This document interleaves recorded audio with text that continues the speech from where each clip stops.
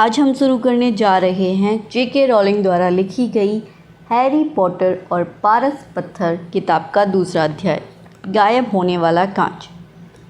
जब डसली दंपत्ति को उनका भांजा बाहर सीढ़ियों पर मिला था, उस घटना को लगभग 10 साल हो चुके थे, लेकिन प्रीवेट ड्राइव में शायद ही कुछ बदला था। सूरज अब भी सामने वाले साफ सुथरे बगीचे की तरफ से निकलता था और डसली परिवार के दरवाजे पर लगी पीतल की नेम प्लेट पर लिखे 4 नंबर को चमकाता था। इसके बाद वो ड्राइंग रूम में घुसता था, जो लगभग वैसा ही था जैसा उस रात था जब मिस्टर डसली ने उल्लुओं के बारे में अनोखी खबर सुनी थी।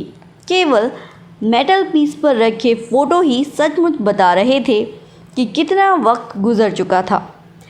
10 साल पहले वहाँ पर बड़ी गेंद जैसे एक मोटे गुलाबी बच्चे के बहुत से फ़ोटो थे, जिसने रंग बिरंगी टोपियाँ पहन रखी थी। लेकिन डडली डसली अब छोटा बच्चा नहीं था। अब फ़ोटो बता रहे थे कि सुनहरे बालों वाला एक मोटा तगड़ा लड़का अपनी पहली साइकिल पर सवार है, मेले में झूला झूल रहा है, अपने पिता के साथ कंप्यूटर गेम खेल रहा है। उसकी माँ उसे गले लगा रही हैं और चूम रही हैं। कमरे में ऐसी कोई निशानी नहीं थी जिससे ये पता चल सके कि घर में एक और बच्चा भी रहता है। लेकिन हैरी पॉटर अब भी वहीं था और इस समय सोया हुआ था। हालांकि वो ज़्यादा देर तक नहीं सो पाया। उसकी पेटूनिया आंटी जाग गई थी और उनकी तेज़ आवाज़ उस दिन घर में गूंजने वाली पहली आवाज़ थी। उठ, जल्दी उठ, सुना कि नहीं? हैरी चौंक कर जागा। उसकी आंटी ने एक बार फिर दरवाज़ा भड़बड़ाया। उठो, वे चीखें। हैरी को उनके कदमों की आवाज़ से समझ आ गया कि वे किचन की तरफ जा रही थीं, और फिर उसे गैस पर फ्राइंग पैन रखने की आवाज़ सुनाई दी। हैरी करवट बदलकर पीठ के बल लेटा और उसने वो सपना याद करने की कोशिश की जो वह उठने से पहले देख रहा था। बड़ा प्यारा सपना था। उसमें मोटरसाइकिल उड़ रही थी। उसे ये अजीब सा एहसास हो रहा था जैसे ये सपना उसने पहले भी देखा था। उसकी आंटी दोबारा उसके दरवाजे के बाहर आ धमकी। अभी तक नहीं उठे? उन्होंने चिल्लाकर पूछा। उठ तो गया, हैरी ने जवाब दिया। तो फिर जल्दी से बाहर आओ। मैं चाहती हूँ कि तुम नाश्ते पर नज़र रखो और ध्यान रखना, जला मत देना। मैं डडली बेटे के बर्थडे पे हर चीज़ बढ़िया चाहती हूँ। हैरी के मुंह से आह निकल गई। क्या कहा तुमने? आंटी दरवाजे के बाहर से गुर्राईं। कुछ नहीं, कुछ नहीं। डडली का बर्थडे वो कैसे भूल सकता था? हैरी धीरे से बिस्तर से बाहर निकला और अपने मोज़े ढूंढने लगा, जो उसे अपने बिस्तर के नीचे मिले। एक मोज़े में मकड़ी थी, जिसे निकालने के बाद उसने मोज़े पहन लिए। हैरी को मकड़ियों के साथ रहने की आदत थी, क्योंकि सीढ़ियों के नीचे की अलमारी में ढेर सारी मकड़ियाँ थीं और वो यहीं सोता था। जब उसने कपड़े पहन लिए तो वो हॉल से होता हुआ किचन में गया। डडली के बर्थडे के ढेर सारे तोहफों के नीचे टेबल लगभग पूरी तरह छुप गई थी। ऐसा लग रहा था जैसे डडली को वो नया कंप्यूटर मिल गया था जो उसे चाहिए था। इसके साथ ही उसे एक और टीवी मिल गया था, एक और racing bike. Dudley racing bike क्यों चाहता था, ये हैरी के लिए एक रहस्य था, क्योंकि डडली बहुत मोटा था और एक्सरसाइज से नफ़रत करता था, जब तक कि इसमें किसी को मुक्का मारना शामिल ना हो। डडली का प्रिय पंचिंग बैग हैरी था। हालांकि वो उसकी पकड़ में बहुत कम आता था। हैरी दिखता नहीं था, लेकिन वो बहुत तेज़ था। शायद ये अंधेरी अलमारी में रहने का परिणाम था कि हैरी अपनी उम्र के हिसाब से दुबला और छोटा रह गया था, लेकिन वो सच में जितना था उससे भी ज़्यादा दुबला और छोटा दिखता था, क्योंकि उसे हर समय डडली के पुराने कपड़े पहनने पड़ते थे और डडली उससे 4 गुना मोटा था। हैरी का चेहरा दुबला था, घुटने गांठदार, बाल काले और आंखें चमकदार हरी थी। वो गोल चश्मा पहनता था, जिस पर बहुत सा सेलो टेप लगा रहता था, क्योंकि डडली उसकी नाक पर अक्सर मुक्के मारता था। हैरी को अपनी शक्ल सूरत में सिर्फ एक ही चीज़ पसंद थी, उसके माथे पर बना हुआ पतला निशान, जो ऐसा लगता था जैसे वहाँ पर बिजली गिरी हो। जब से उसने होश संभाला था, तभी से वो इस निशान को देख रहा था और उसे याद था कि होश संभालने के बाद उसने पेटूनिया आंटी से पहला सवाल यही पूछा था कि उसके माथे पर ये निशान कैसे बना। उस कार एक्सीडेंट में जिसमें तुम्हारे माता पिता मरे थे, उन्होंने कहा था। और हाँ, सवाल मत पूछो, ये डर्सली परिवार में शांतिपूर्ण जीवन का पहला नियम था। जब हैरी नाश्ते को पलट रहा था तो वर्नन अंकल किचन में आए। बालों में कंघी करो, वे भौंके जैसे उन्होंने हैरी को गुड मॉर्निंग की हो। सप्ताह में लगभग एक बार वर्नन अंकल अपने अखबार के ऊपर से देखते थे और चिल्लाते थे कि हैरी के बाल बहुत बढ़ गए हैं और उसे कटिंग की ज़रूरत है। उसकी क्लास में बाकी बच्चों की जितनी कटिंग होती थी उन सबको आपस में जोड़ भी दिया जाए तो भी हैरी की कटिंग उनसे ज़्यादा बार होती थी। हालांकि इससे कोई फ़र्क नहीं पड़ता था क्योंकि उसके बाल बहुत तेज़ी से बढ़ते थे। जब डडली अपनी माँ के साथ किचन में आया तो हैरी अंडे तल रहा था। डडली काफ़ी कुछ वर्नन अंकल जैसा दिखता था। बड़ा गुलाबी चेहरा, छोटी गर्दन, छोटी पानीदार नीली आँखें और मोटे सुनहरे बाल जो उसके मोटे सिर पर जमे हुए थे। पेटूनिया आंटी अक्सर कहती थी कि डडली किसी नन्हे देवदूत की तरह दिखता है। हैरी अक्सर कहता था कि डडली किसी सूअर की तरह दिखता है जिसने विग पहन रखी हो। हैरी ने अंडे और नाश्ते की प्लेटें टेबल पर लगा दी, जो आसान काम नहीं था क्योंकि वहाँ जगह बहुत कम थी। इस बीच डडली अपने तोहफे गिन रहा था। उसका चेहरा उतर गया। 36! उसने अपने मम्मी डैडी की तरफ घूरते हुए कहा, ये तो पिछली साल से 2 कम है। राजा बेटे, तुमने मार्स आंटी का तोहफा तो गिना ही नहीं। देखो, वो मम्मी डैडी के बड़े तोहफे के नीचे छुपा है। ठीक है, तो 47 हुए, डडली ने कहा। ठीक है, तो 37 हुए, डडली ने कहा और उसका चेहरा लाल हो रहा था। हैरी को लगा कि डडली का नाटक अब शुरू होने ही वाला है और इसलिए वो नाश्ते को अपने मुंह में जितनी तेज़ी से भर सकता था भरने लगा, क्योंकि डडली टेबल भी पलट सकता था। जाहिर था पेटूनिया आंटी को भी खतरा दिख गया था क्योंकि वे जल्दी से बोली, और हम आज बाज़ार जाएंगे तो तुम्हारे लिए 2 और तोहफे ले आएंगे। ये कैसा रहेगा बेटू? 2 और तोहफे? अब तो ठीक है, डडली ने एक पल सोचा।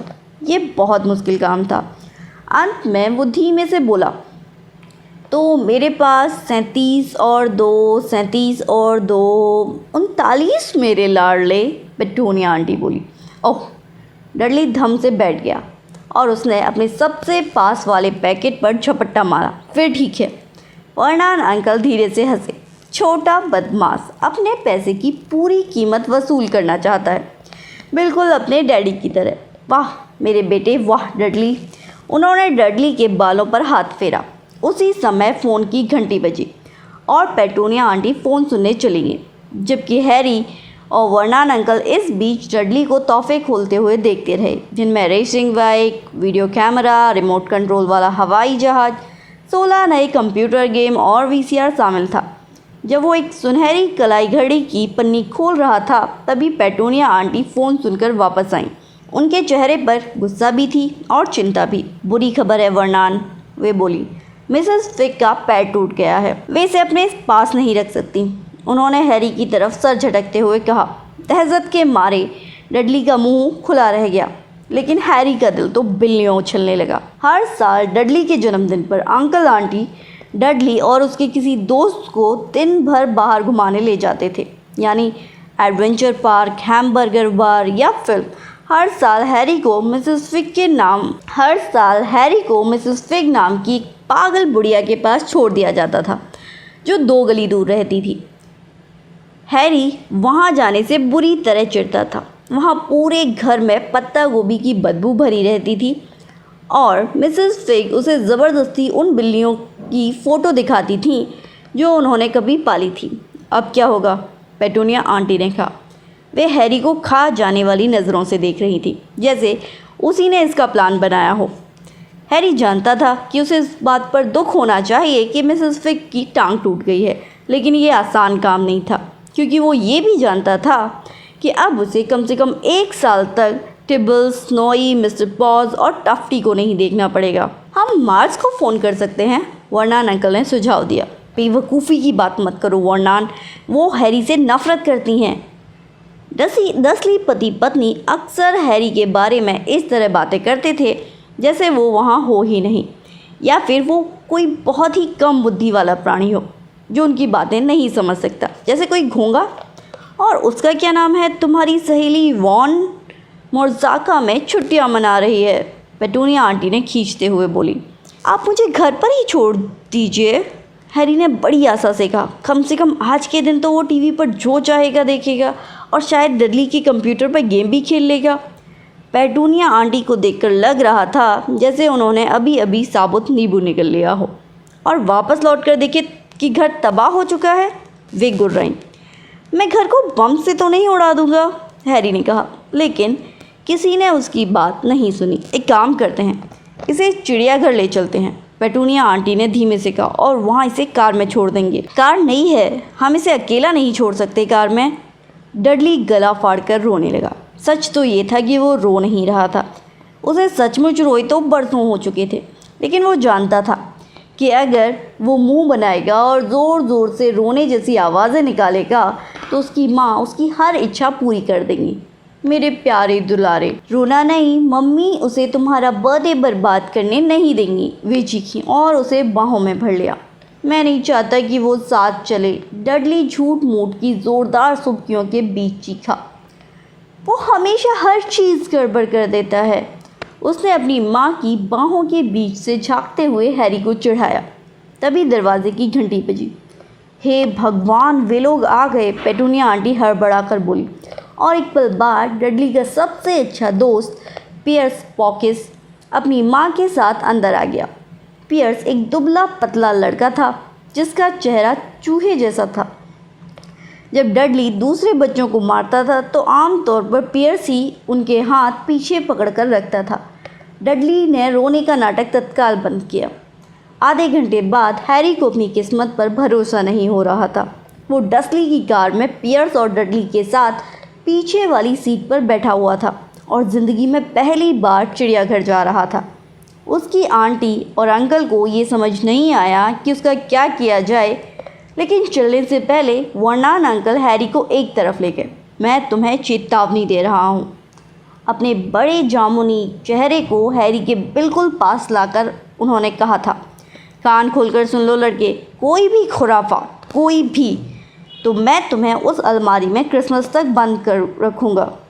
मैं कुछ नहीं करूँगा, हैरी ने कहा, कसम से। लेकिन वर्नन अंकल ने उसकी बात पर भरोसा नहीं किया। कोई कभी नहीं करता था। समस्या ये थी कि हैरी के साथ अक्सर अजीब चीज़ें होती थी और डसली परिवार को ये बताने से कोई फ़ायदा नहीं होता था कि उसने ये चीज़ नहीं की।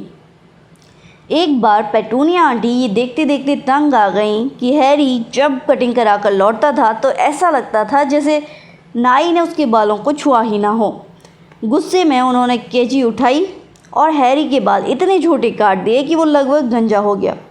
उन्होंने सिर्फ सामने की लट छोड़ दी थी ताकि उसका भयानक निशान छुप जाए।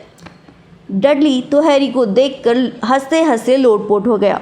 उस रात हैरी को ये सोच सोचकर नींद नहीं आई कि अगले दिन स्कूल में उसका क्या होगा। वहाँ पर वैसे भी सभी लोग उसके ढीले ढाले कपड़े और सेलो टेप लगे चश्मे को देखकर उसका मजाक उड़ाते थे।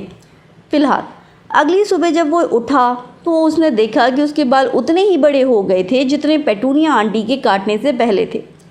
इस बात के लिए उसे 1 सप्ताह तक अलमारी में बंद रहने की सज़ा दी गई। हालांकि उसने ये समझाने की लाख कोशिश की कि उसे क्या मालूम कि उसके बाल इतनी जल्दी कैसे बढ़ गए। एक बार पेटूनिया आंटी उसे डडली का पुराना और बुरा सा दिखने वाला स्वेटर पहनाने की कोशिश कर रही थी।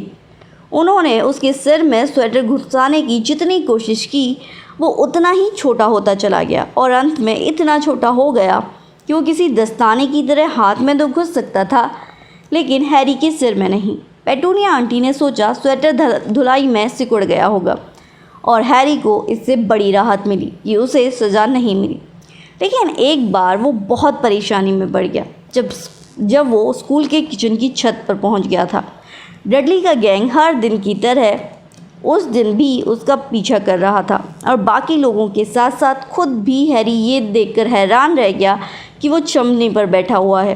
हैरी की प्रिंसिपल ने बहुत गुस्से में डसली परिवार को पत्र लिखा कि हैरी स्कूल की इमारत पर चढ़ने की कोशिश कर रहा है, लेकिन उसने तो सिर्फ ये कोशिश की थी कि वो किचन के बाहर रखे बड़े कूड़ेदान के पीछे छलांग लगा दे। हैरी ने सोचा कि शायद तेज़ हवा के झोंके ने उसकी छलांग के बीच में ही उसे उठा लिया, लेकिन आज कोई गड़बड़ नहीं होगी। डडली और पियर्स के साथ दिन गुजारना भी बहुत बड़ी बात थी, जब वह जगह स्कूल, उसकी अलमारी या पत्ता गोभी की बदबू से भरा मिसेस फिग का ड्राइंग रूम ना हो। गाड़ी चलते समय वर्नन अंकल पेटूनिया आंटी के सामने सबको कोस रहे थे। कोसना उनका फेवरेट काम था। ऑफिस के लोग, हैरी, म्यूनिसिपैलिटी, हैरी, बैंक और हैरी उनके कुछ प्रिय शौक थे। गाड़ी चलाते समय वर्नन अंकल पेटूनिया आंटी के सामने सबको कोस रहे थे। कोसना उनका प्रिय शौक था। ऑफिस के लोग, हैरी, म्यूनिसिपैलिटी, हैरी, बैंक और हैरी उनके कुछ प्रिय विषय थे। आज सुबह ये विषय था मोटरसाइकिल। जब एक मोटरसाइकिल उनकी गाड़ी के आगे निकल गई तो वे बोले, जवान आवारा लोग पागलों की तरह अंधाधुंध गाड़ी भगाते हैं। मैंने सपने में एक मोटरसाइकिल देखी थी। हैरी को अचानक याद आया और उसने कहा, वो उड़ रही थी। वर्नन अंकल ने आगे वाली कार में लगभग टक्कर मार दी। वे अपनी सीट में पीछे मुड़े और हैरी की तरफ देखकर चिल्लाए, और इस समय उनका चेहरा मूंछ वाले किसी बड़े चुकंदर की तरह लाल दिख रहा था। मोटरसाइकिल उड़ नहीं सकती। डडली और पियर्स ही करने लगे। मैं जानता हूँ मोटरसाइकिल नहीं उड़ सकती, हैरी ने कहा। ये तो बस एक सपना था। लेकिन वो सोच रहा था कि काश उसने ये नहीं कहा होता। अगर डसली परिवार सवाल पूछने से भी ज़्यादा किसी बात से चिढ़ता था तो ऐसा तब होता था जब हैरी बोलता था कि कोई चीज़ उस तरह हो रही है जिस तरह उसे नहीं होना चाहिए, चाहे वो सपने में या कार्टून में ही क्यों ना हो। उन्हें लगता था कि इससे उसके दिमाग में खतरनाक विचार आ जाएंगे। आज बहुत सुहावना शनिवार होने की वजह से चिड़ियाघर में बहुत से परिवारों की भीड़ थी। डसली ने गेट के बाहर डडली और पियर्स को बड़ी चॉकलेट आइसक्रीम दिलवाई और फिर वे हैरी को जल्दी से वहां से हटा पाते इससे पहले ही वैन में मुस्कुराती हुई महिला ने, जो कि हैरी से पूछ लिया कि उसे क्या चाहिए, इसीलिए उन्हें मन मारकर उसे एक सस्ती सी लेमन आइसक्रीम दिलवानी पड़ी, जिसे चूसते हुए हैरी ने सोचा ये भी उतनी बुरी नहीं थी। तभी उसने देखा एक गोरिल्ला अपना सर खुजा रहा था और डडली से काफ़ी मिलता जुलता दिख रहा था, सिवाय इसके कि गोरिल्ला के बाल सुनहरे नहीं थे। बहुत लंबे समय बाद हैरी की सुबह इतनी अच्छी गुजरी थी। वो इस बात का ध्यान रख रहा था कि डसली परिवार से थोड़ा दूर चले, ताकि डडली और पियर्स, जो लंच टाइम तक जानवरों को देख देख कर बोर होने लगे थे, कहीं उसे मारने का अपना प्रिय शौक शुरू न कर दें। उन्होंने चिड़ियाघर के रेस्टोरेंट में लंच किया और इसके बाद डडली एक बार फिर हंगामा खड़ा करने लगा क्योंकि उसकी फ्रूट आइसक्रीम ख़त्म हो गई थी। इस पर वर्नन अंकल ने उसे एक और आइसक्रीम दिला दी और हैरी को उसकी पहली वाली आइसक्रीम ख़त्म करने की सलाह दी। हैरी ने बाद में सोचा उसे पता होना चाहिए था कि इतना अच्छा समय ज़्यादा देर तक नहीं चलता। लंच के बाद वे लोग चिड़ियाघर के नाग भवन में गए। यहाँ ठंडक और अंधेरा था और दीवारों पर लगी खिड़कियों पर रोशनी थी। कांच के पीछे कई तरह की छिपकलियाँ और सांप थे जो लकड़ी और पत्थर के टुकड़ों पर फिसल और चढ़ रहे थे। डडली और पियर्स बड़े जहरीले कोबरा और आदमी को चकनाचूर करने वाले मोटे अजगर को देखना चाहते थे। डडली ने वहाँ के सबसे बड़े सांप को जल्द ही ढूंढ लिया। वो वर्नन अंकल की कार के चारों तरफ अपने शरीर को 2 बार लपेटकर कार को किसी कचरा पेटी की तरह चकनाचूर कर सकता था, लेकिन इस वक्त वो ऐसा करने के मूड में नहीं दिख रहा था। सच तो ये था कि वो गहरी नींद में सो रहा था। डडली कांच पर अपनी नाक गड़ाकर खड़ा रहा और सांप की चमकदार भूरी कुंडलियों को देखता रहा। इसे उठाओ, उसने अपने पिता से झल्लाते हुए कहा। वर्नन अंकल ने कांच पर ठक ठक की, लेकिन सांप हिला तक नहीं। एक बार और करो, डडली ने ऑर्डर जमाया। वर्नन अंकल ने अपनी उंगलियों के पिछले हिस्से से कांच को बढ़िया तरीके से ठोका, लेकिन सांप फिर भी सोता रहा। कितना बोरिंग है, डडली ने आह भरी और पैर पटकते हुए दूर चला गया। हैरी कांच के सामने आया और उसने सांप को उत्सुकता से देखा। कोई ताज्जुब नहीं कि बेचारा सांप बोरियत के मारे ही मर जाए। साथ में कोई नहीं सिवाय उन बेवकूफ़ लोगों के जो दिन भर उसे तंग करने की कोशिश करते रहते हैं और कांच पर अपनी उंगलियां ठोकते रहते हैं। ये तो अलमारी को बेडरूम बनाने से भी बुरा था, जहाँ इकलौता मेहमान पेटूनिया आंटी होती थी, जो उसे जगाने के लिए दरवाज़ा भड़बड़ाती थी। कम से कम उसे पूरे घर में घूमने को तो मिल जाता था। सांप ने अचानक अपनी छोटी चमकदार आंखें खोली। सांप ने बहुत धीरे अपना सर उठाया, जब तक कि उसकी आंखें हैरी की आंखों की ऊंचाई तक नहीं आ गईं। उसने आंख मारी, लेकिन हैरी घूरने लगा। फिर उसने जल्दी से आसपास देखा कि कहीं कोई देख तो नहीं रहा। हैरी घूरने लगा। फिर उसने जल्दी से आसपास देखा कि कहीं कोई देख तो नहीं रहा। कोई नहीं देख रहा था। उसने सांप की तरफ पलट कर देखा और उसने भी आंख मार दी। सांप ने वर्नॉन अंकल और डडली की तरफ सिर को झटक दिया और अपनी आंखें छत की तरफ उठाईं। उसने हैरी को इस तरह देखा मानो कह रहा हो, मेरे साथ पूरे समय यही होता रहता है। मैं जानता हूँ। हैरी कांच के इस पार से बुदबुदाया। हालांकि उसे विश्वास नहीं था कि सांप उसकी आवाज़ को सुन सकता था। इससे सचमुच बहुत चिढ़ छूटती होगी, है ना? सांप ने तेजी से सर हिलाया। वैसे तुम कहाँ से आए हो? हैरी ने पूछा। सांप ने अपनी पूंछ कांच के पास लगे एक छोटे साइन बोर्ड पर मारी। हैरी ने इसे पढ़ा, बोआ कॉन्स्ट्रिक्टर, ब्राज़ील। क्या वहाँ पर अच्छा लगता था? सांप ने एक बार फिर उसी साइन बोर्ड पर अपनी पूंछ मारी और हैरी ने पढ़ा, ये सांप चिड़ियाघर में पैदा हुआ था। अच्छा, मैं समझ गया, तुम कभी ब्राज़ील में नहीं रहे, है ना? जैसे ही सांप ने अपना सिर हिलाया, हैरी के पीछे से कान फोड़ू आवाज़ आई, जिसे सुनकर वे दोनों उछल पड़े। डडली, मिस्टर डस्टली, आइए और इस सांप को देखिए। आपको विश्वास नहीं होगा कि ये क्या कर रहा है। डडली जितनी तेज़ी से आ सकता था उनकी तरफ लुढ़कता हुआ आया।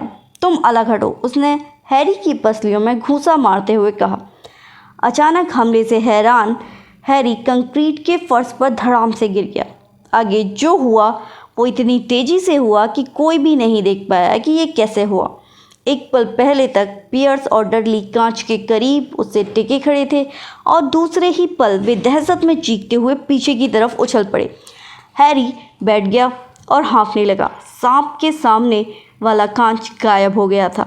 सांप अब तेज़ी से अपनी कुंडली खोल रहा था और फर्श पर फिसल रहा था। पूरे नाग भवन में लोग चीखने लगे और बाहर दरवाजे की तरफ भागने लगे। जब सांप उसके पास से तेजी से सरसराता हुआ गया तो हैरी कसम खाकर कह सकता था कि उसने धीमे से फुफकारते हुए कहा, ब्राज़ील, मैं आ रहा हूँ। शुक्रिया दोस्त। नाग भवन का पहरेदार सदमे में था, लेकिन कांच, वो बार बार कह रहा था, कांच कहाँ गया? चिड़ियाघर के डायरेक्टर ने अपने हाथ से पेटूनिया आंटी को एक कप कड़क मीठी चाय बना कर दी और वो लगातार उनसे माफ़ी मांगते जा रहा था। पियर्स और डडली अनाप शनाप बक रहे थे।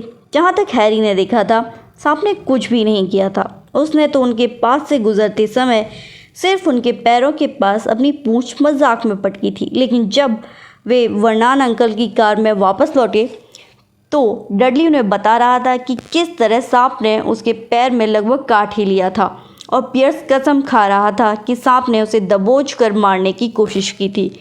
लेकिन कम से कम हैरी के लिए सबसे बुरी बात वो थी जो पियर्स ने कही। जब पियर्स इतना शांत हो गया कि कुछ कह सके तो उसने सबके सामने कहा था, हैरी सांप से बात कर रहा था, है ना हैरी? वर्नॉन अंकल ने तब तक इंतज़ार किया जब तक पियर्स उनके घर से चला नहीं गया और इसके बाद वे हैरी पर जमकर बरसे। वे इतने गुस्से में थे कि उनके मुंह से शब्द मुश्किल से निकल रहे थे। वे सिर्फ इतना कह पाए, जाओ अलमारी में वहीं रहो, कोई खाना नहीं।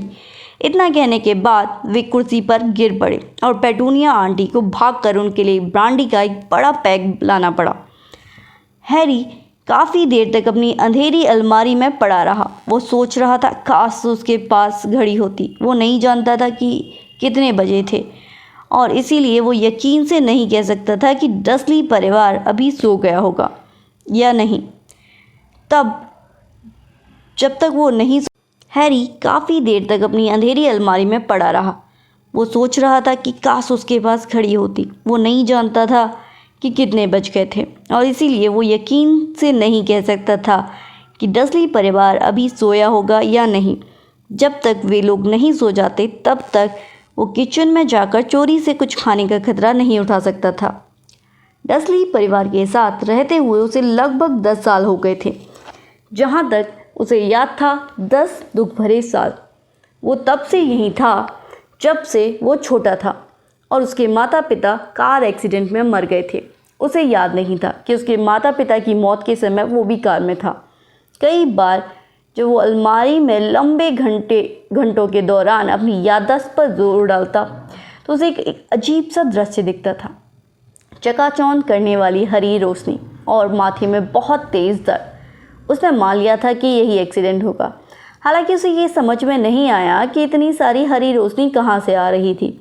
उसे अपने माँ बाप की शक्ल तक याद नहीं थी। उसके अंकल आंटी उनके बारे में कभी बात नहीं करते थे और सवाल पूछने के बारे में उसे पहले ही मना कर दिया गया था।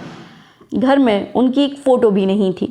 जब हैरी छोटा था तो अक्सर सपने देखता था कि कोई अनजान रिश्तेदार उसे यहाँ से दूर ले जाने के लिए आया है, लेकिन ऐसा कभी नहीं हुआ। डर्सली परिवार के सिवाय उसका कोई नहीं था। लेकिन कई बार उसे लगता था या शायद उसके मन का वहम हो, जैसे सड़क पर जा रहे अजनबी लोग उसे पहचानते थे। वे बड़े अजीब किस्म के अजनबी थे। एक बार जब वो पेटूनिया आंटी और डडली के साथ शॉपिंग करने गया तो बैगनी हैट पहने एक नाटे आदमी ने उसकी तरफ देखकर सर झुकाया था। पेटूनिया आंटी ने गुस्सा होकर हैरी से पूछा कि क्या वो उस आदमी को जानता है, और इसके बाद वे बिना कुछ खरीदे उसकी दुकान से तत्काल बाहर आ गईं।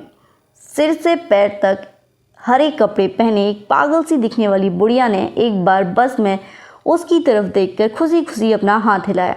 बहुत लंबा जामुनी कोट पहने एक गंजे आदमी ने तो एक दिन सड़क पर उसे हाथ मिलाया था और फिर बिना कुछ कहे चला गया। इन सभी लोगों के बारे में सबसे अजीब बात ये थी कि जिस पल हैरी उन्हें ध्यान से देखने की कोशिश करता था वे न जाने कहाँ गायब हो जाते थे। स्कूल में हैरी का कोई दोस्त नहीं था। सब जानते थे कि डडली का गैंग ढीले ढाले पुराने कपड़े और टूटा चश्मा पहनने वाले हैरी पॉटर से नफरत करता था और कोई भी डडली के गैंग से पंगा नहीं लेना चाहता था।